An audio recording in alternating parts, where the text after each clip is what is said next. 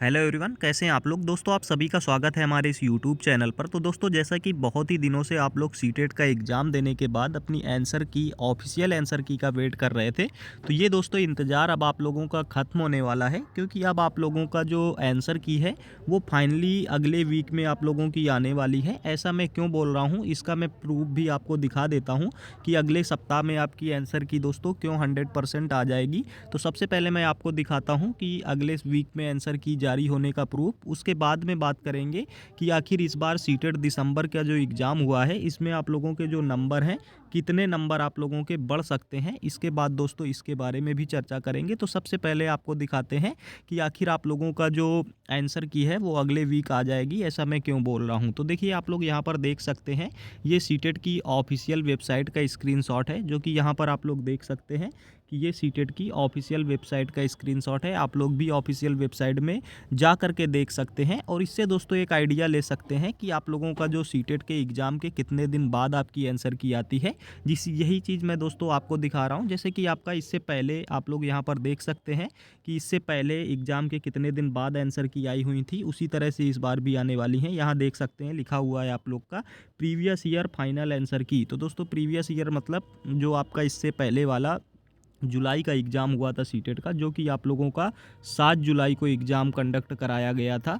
और 7 जुलाई के एग्ज़ाम की जो आंसर की है वो आप लोगों की यहाँ देख सकते हैं कि 24 जुलाई को आपकी आंसर की जारी कर दी गई थी। यानी कि आप लोग ये समझ सकते हैं कि 7 जुलाई को एग्ज़ाम हुआ और 24 जुलाई को आंसर की आ गई थी। मतलब कि दोस्तों यहाँ पर आप लोग देख सकते हैं सीटेट जुलाई वाला जो एग्ज़ाम आपका हुआ था वो हुआ था 7 जुलाई को, आंसर की जो आ गई थी वो आ गई थी 24 जुलाई को। यानी कि एग्ज़ाम से अगर बात करें तो एग्ज़ाम से लगभग आप लोगों की 17 दिन के बाद आप लोगों की जो आंसर की है वो जारी कर दी गई थी। सेम इसी तरह दोस्तों इससे जुलाई से भी पहले जो सीटेट हुआ था आप लोग का जनवरी का, सेम उसी तरह उसमें भी इतने दिन बाद जारी हो गई थी। आप लोग देख सकते हैं जनवरी वाला सीटेट 21 जनवरी को हुआ था और उसकी जो आंसर की है वो 7 फरवरी को आ गई थी। यहाँ पर भी आप लोग को सिर्फ 17-18 दिन का ही गैप देखने को मिलेगा। तो दोस्तों इस बार भी आप लोगों का सेम उसी तरह आपका आंसर की आने वाली है। तो मैं पहले आंसर की बात बता दूं किस डेट तक आ जाएगी, उसके बाद दोस्तों बताते हैं किस तरह से आपके कितने नंबर जो हैं वो आपके इस बार बढ़ सकते हैं। तो इस बार आपका जो एग्ज़ाम है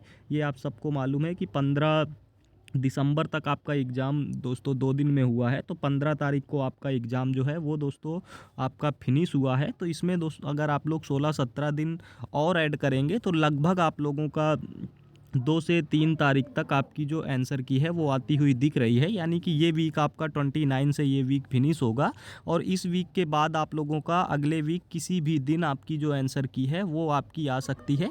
तो ये चीज़ दोस्तों 100% फिक्स है कि आपकी जो आंसर की है वो आपकी अगले सप्ताह आप लोगों को हर हाल में अगले वीक आपकी आंसर की देखने को मिल जाएगी। अब दोस्तों बात करते हैं कि जो आंसर की आएगी उसमें आप लोगों ने जो अभी मैच किया है उससे कितने ज़्यादा नंबर कम या ज़्यादा हो सकते हैं। कम तो दोस्तों बहुत ही कम होते हैं, लेकिन कितने नंबर आपके बढ़ सकते हैं, क्या पॉसिबिलिटी है कितने नंबर तक आपके बढ़ने की, ये मैं आपको दिखा देता हूँ। तो देखिए दोस्तों जब भी आपकी आंसर की आएगी वो इस तरह से आपकी आंसर की होती है। जिन्होंने पिछले या पहले एग्ज़ाम दिया है उनको मालूम भी होगा कि किस तरह से आंसर की आप लोगों की हर बार जो है वो जारी की जाती है। तो यहाँ पर आप लोग देख सकते हैं कुछ इस तरह की आपकी आंसर की देखने को मिलती है, जिसमें कि पूरा आपके 150 क्वेश्चन का होता है और उसमें आप लोगों के जैसे आपका यहाँ देख सकते हैं 113 क्वेश्चन का चौथा ऑप्शन है, जिसने चौथा किया होगा सही होगा। 114 का चौथा है, जिसने ये किया होगा सही होगा। लेकिन कुछ ऑप्शन आपको जैसे 140 में यहाँ पर 1 2 3 4 ना देख के ए देखने को मिल रहा है। यानी कि बाकी सब ऑप्शन आप लोग देख सकते हैं 138 का तीसरा है, 139 का दूसरा है, सब ऑप्शन आपके न्यूमेरिक में है।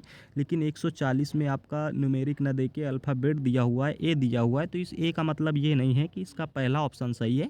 इस ए का क्या मतलब होगा जब आप लोग की ऑफिशियल आंसर की आएगी, इस तरह के ऑप्शन दिए होंगे। उस ए का मतलब आप लोगों का यहाँ पर देख सकते हैं नीचे लिखा हुआ है, नीचे दिया हुआ है कि ये जो सांकेतिक आप लोगों के अल्फ़ाबेट दिए गए हैं इनका मतलब क्या है।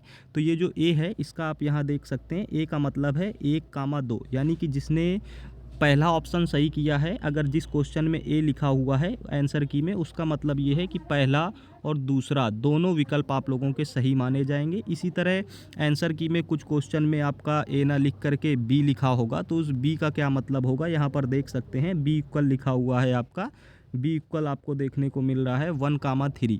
तो दोस्तों इस बी का मतलब क्या है 1,3, यानी कि जिसने पहला या तीसरा दो में कोई भी विकल्प किया है उन दोनों को दोस्तों वो क्वेश्चन दोनों का सही माना जाएगा। पहला विकल्प भी सही माना जाएगा, तीसरा विकल्प भी सही माना जाएगा। इसी तरह आप लोग यहाँ पर देख सकते हैं, इसी तरह आपका यहाँ पर सारे विकल्प दिए गए हैं। इसी तरह आपका जैसे डी का मतलब 2,3, दूसरा विकल्प भी सही, तीसरा विकल्प भी सही। ई का मतलब 2,4, दूसरा विकल्प भी सही, चौथा विकल्प भी सही। एफ मतलब 3,4, तीसरा चौथा दोनों विकल्प सही।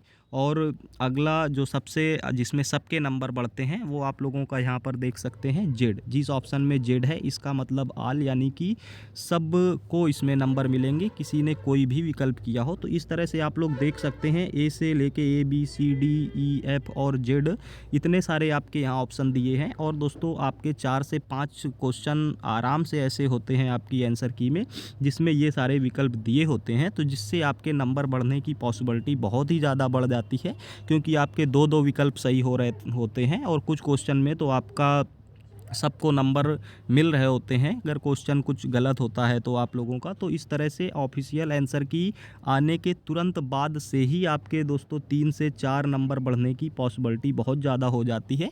और उसके आंसर की आने के बाद में फिर क्वेश्चन में ऑब्जेक्शन करते हैं लोग, और ऑब्जेक्शन करने के बाद में भी कुछ क्वेश्चन आपके गलत निकल जाते हैं, जिसमें गलत क्वेश्चन में फिर से CBSE द्वारा सबको नंबर दिए जाते हैं। तो इस वजह से आपके अभी अगर 1 2 3 नंबर तक आपके कम हो रहे हैं कट ऑफ जो आपको चाहिए पास होने के लिए, तो बिल्कुल आप लोग परेशान मत होइए।